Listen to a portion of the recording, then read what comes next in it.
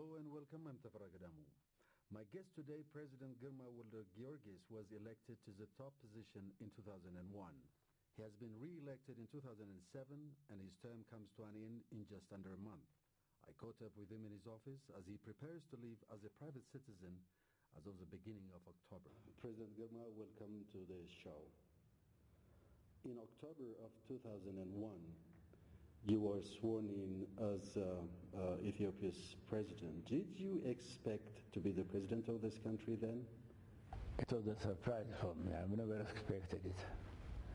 In fact, that very day I was not feeling well. And I decided to go because it's the first day of meeting and it will not be good if I'm absent. So I hardly parked my car and got into the parliament on my seat. About half an hour I hid my nomination. So the vote went on and I've been elected. It was a surprise. It was a surprise for you as it was for many Ethiopians? Is that what? I think so. Nobody would expect that. I'm not so well known in those days. If I'm known at all, I'm well known in Eritrea, where I was peace commissioner. That was way back in 1977. In the 70s, yes. You were not new to politics. Well, 50 years ago I was the president of the House. The Chamber of Deputies and then... As a Chamber of Deputies, I became... Nowadays they call it Speaker, then we call it President. President of the Chamber of Deputies. Of Ethiopian Parliament of the second session. So you were not new into politics, it was basically in your blood? I've been in politics almost for a while. Why were you in politics? Well, why were you interested in politics, Mr. President? First of all, I was a technician and I was in aviation. And I got as far as becoming Director General of Civil Aviation. But at that point, I've been removed from the civil aviation for no good reason. And I was deprofessionalized. So if I'm deprofessionalized, I have to seek another profession in which I think I can be good. That inertia got me into going to Parliament. I've been elected by the people of Western Addis Ababa to be elected to become president, to become member of Parliament. So you were basically forced to kind of look for a job, and you ended up being a politician. It's not looking for a job, really. First I was angry on what had happened to me. It is such easily getting you out of profession and get you somewhere where you don't know anything about. When I became out of civil aviation as the Director General, what I became was Director General of Ministry of Transport, Ministry of Commerce, Industry and Planning under Atomukon Haftold. That was a nice place, but I didn't like it because my profession is not, also this place does not require any profession, but I thought I was not fit. Then I told myself, what about getting this government right? Were you a rebel? Is that what got you chased out of the aviation authority? It's amazing because this is a very long story. I was in conflict with Americans who manage our airline. The TWA operators, in other words. The conflict is they don't promote our pilots in time to become captains, only C3s. Therefore, I was advocating the promotion of the captains, at least of those who have flown several thousand hours. And this didn't happen because they resist the change and they want to live longer. And after when I was assigned to Eritrea, The Eritrean civil aviation was also managed by the English. That was in 1950s, very early. Earlier than that, about 58 or something like that. I got the British out and replaced them by Ethiopians. So the Americans were afraid that I'll do the same here, and they were fighting. At the end, they won the battle by getting me out of it, out of aviation. And that made me a rebel. But when you said earlier that you joined Parliament, then the Chamber of Deputies, first as a member and then as a Speaker or President, and you said you joined the Chamber because you wanted to get things right. Did you succeed in doing so? Did you help making things right? After I've been elected by the people of the Lidata and Garanyoka constituencies, I became member of Parliament. Immediately after I became a member of Parliament, the members of Parliament elected me to become their leader and became president of the House. Of course, that didn't stop me from arguing on the points that I like to argue. The only thing I do is, if I want to argue, I will leave my position for the second man and get down to my seat. I've done that several times. What were you passionate about as a member of the Chamber? I thought that government should go a better way, because it's very, I cannot say oppressive, but very backwarded. Nothing is happening in a modern way. I was aspiring to make the countries I have known, like Great Britain, Canada, Sweden. Those are countries I used to go to for training and back and forth. What I see there and what I see here are so much different. And I thought I must contribute in making it more modern. What do you mean, that you were arguing for a kind of constitutional monarchy? Definitely. I wouldn't say that get down to the emperor, but he could have at least allowed the parliament to elect a prime minister of executive, and he become constitutional monarch. That hasn't been easy.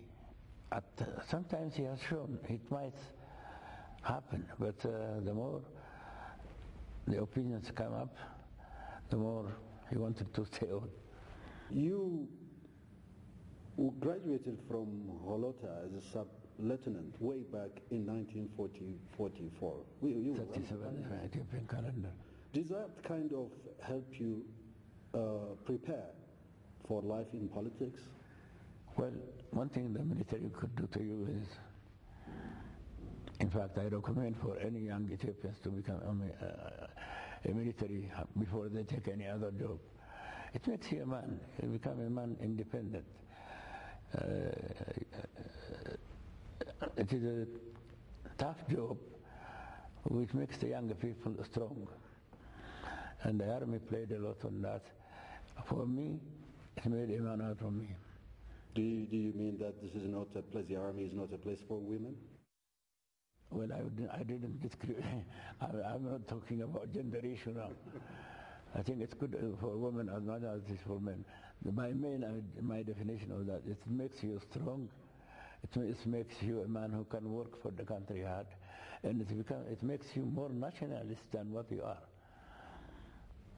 So the army was a hotbed of nationalism. That's where you kind of think about country, about service, about things like that? Is that what the country that I'm defending, the country that I'm fighting for? So if I do that, why? What is the country doing for the others? It makes you ask questions that cannot be answered at the time. So your training in the army got you going, but you also underwent other trainings. You were also a pilot, weren't you, before you? I started as a flying man, as an airman, but then I got the opportunity to go to Canada to be trained on something higher than being a pilot, to become first air traffic controller, and later the air traffic and air administrator. Are you a very flexible person, because in your life you've done lots of things? You've joined so many institutions, from aviation to politics, the army, and so on. In other words, you don't want to be stuck in one corner. When that doesn't work, you move on. It's not that I'm created a habit of moving from place to the other that I'm moving. But flexible, perhaps? I'm not rigid anyway. I can accept anything that comes. But I want to make sure that I've been doing well. Wherever I go, I see to it that I fit and perform. That I do, that I've done everywhere. And in fact, I've never asked for transfer, neither for increment of money and so on. But whatever has happened to me is the judgment of the others who work with me. You can say flexible is all right. You were elected twice to serve as the president of the Federal Democratic Republic of Ethiopia. When you were asked for a second term, did you say, okay, I'm going to do it? I'll be happy to do it? I couldn't reject such a good... In fact, it was difficult for me to accept the first time. Once I am there, I'm used to the place and I got used to the work. I said, okay. So the second term was much easier for you to accept. But then... Too bad there is no third time. Oh. So if there was a chance for you to continue, then you would have done that?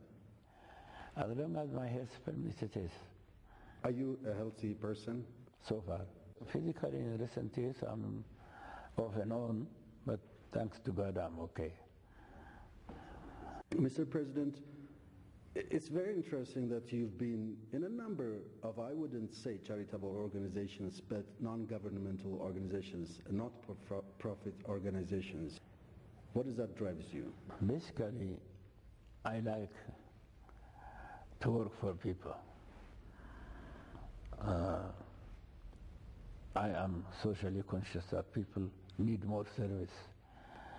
And because of that, before I went into politics, I was a member of our own regional IDR.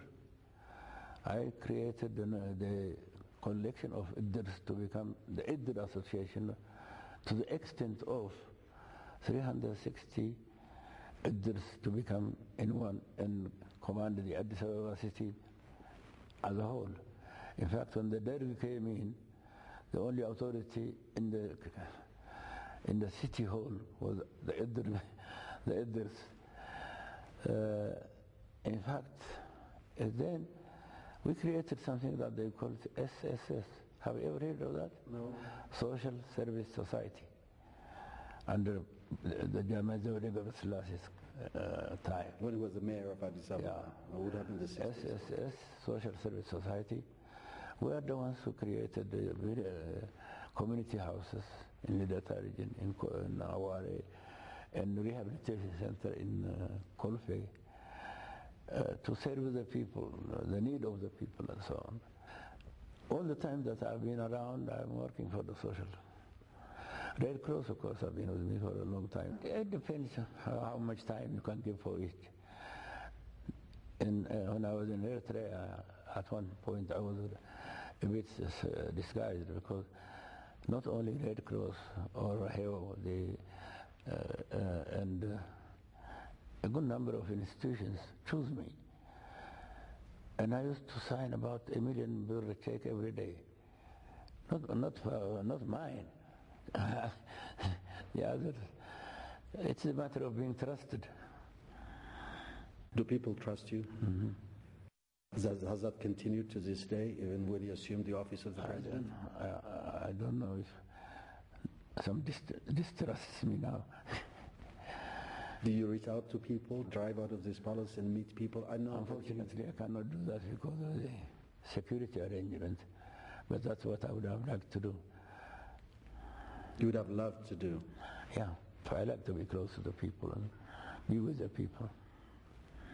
One of the things that comes to mind when people talk about you is your role in the environment. You were president of LEM Ethiopia, basically working on the environment or helping others. How active are you in that project as we speak? That again originally it comes from the Red Cross. When I was in the Red Cross, I was the president of the Red Cross in Eritrea, and the president of the Red Cross of Ethiopia was Dr. David Zewde.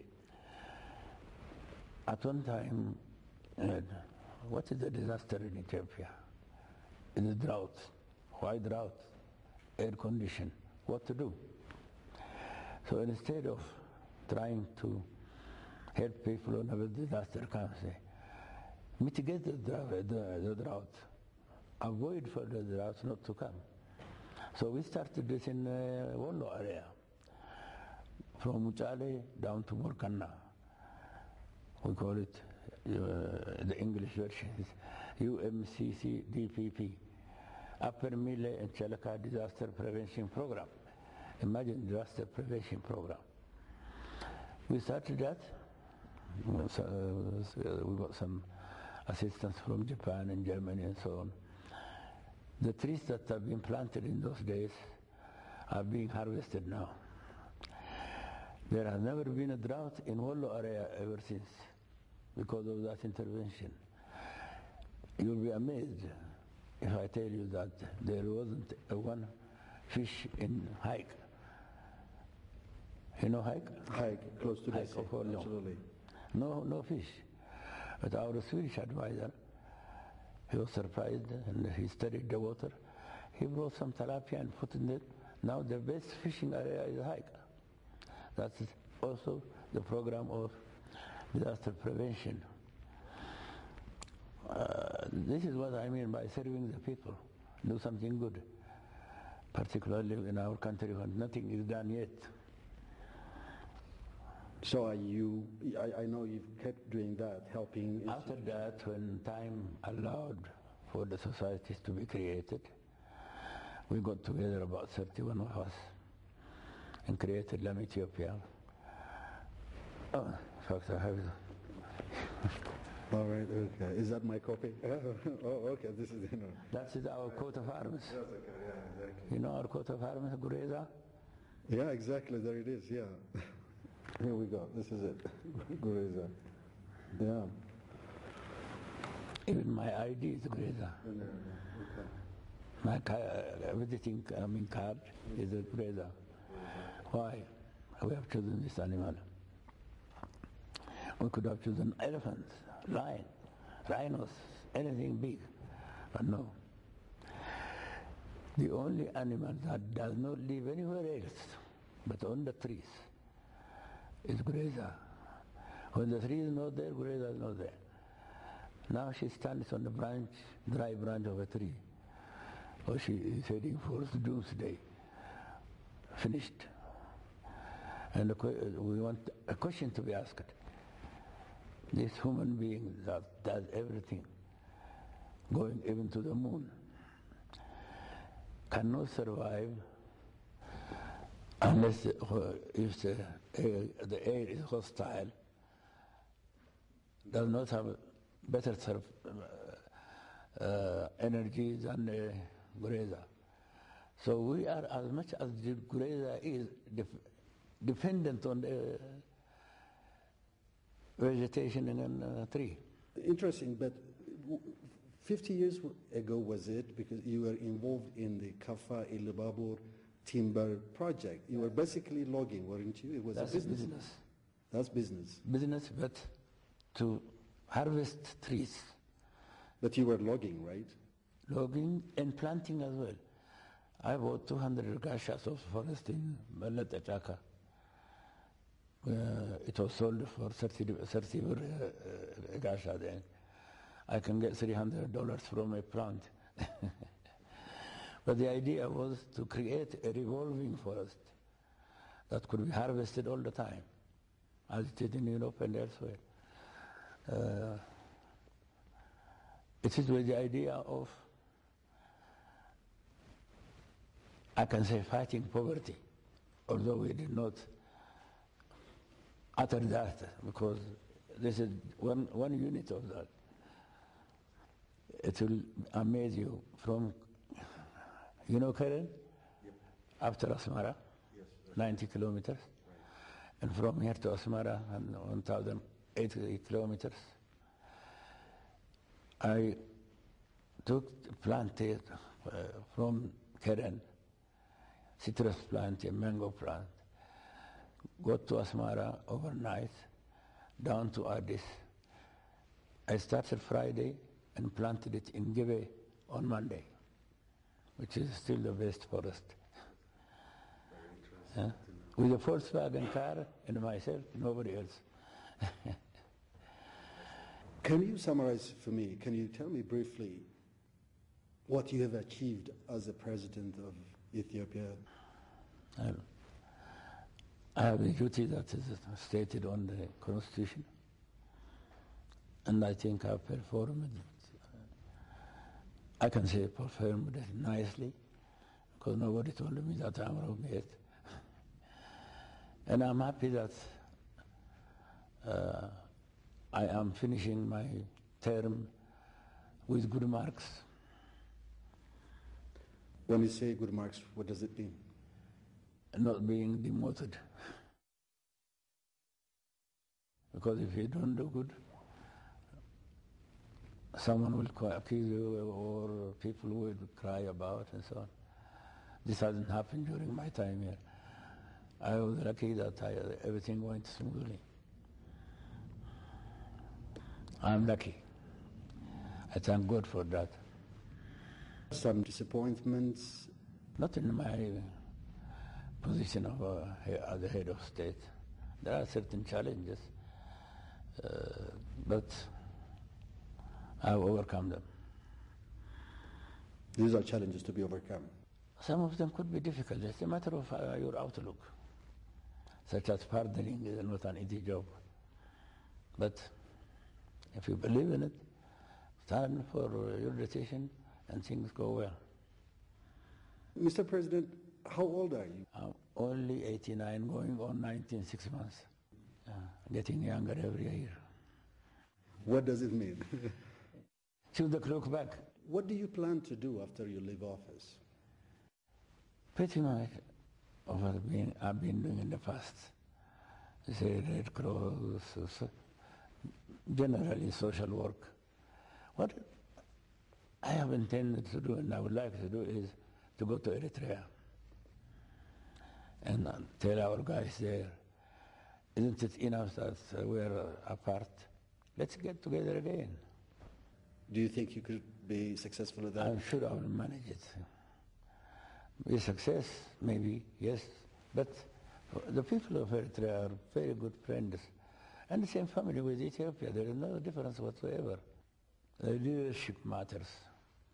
If people were asked today, what do you think about Ethiopia? They will say what they have said about 50 years ago when they united with Ethiopia. Of course, the unity now does not mean that we have to be together in governance. But at least we can be good neighbors, like the Sudan, Djibouti, or Kenya. Why can't we be good neighbors? They benefit from by being a good neighbor, and we profit by being good neighbor. And people-to-people meeting will be better, and it's easy. Eritreans are very nice people, really. I spent 21 years of my lifetime there. In fact, I have the right to share land in Ta'azaga, Hamasin, because they have a tradition when someone has been there about 40 years, he can straight away become a land owner, which is a great privilege. But they qualified me not because of the 40 years, but my 1 year is better than 10 years. Do you have any regrets, Mr. President? Do you often look back? I have no regrets in what has happened to me also, but the only thing I can never forget is, when we have left old airport and moved to the new airport, I was heading an international civil aviation conference in Montreal. And it came to I suggested that why not give the old airports to international civil aviation so it becomes Air College for Africa. And they accepted it. They said, subject to your government's ratification, we'll come and start. Because they had one school in Monrovia for Francophone and one school in Arusha for English speakers. If they can bring the two together and put it in Addis Ababa, it's good bilingually, trilingually, and so on. But unfortunately, when I came back, I have not lost only my seat, or what you call it, office of civil aviation. It took them 7 months to replace me in that position. You know why? They were looking for someone who likes Americans. I was not in quarrel with Americans because of Americans. It was a struggle to become more Ethiopian than... And that struggle, of course, they won the case. They got me out.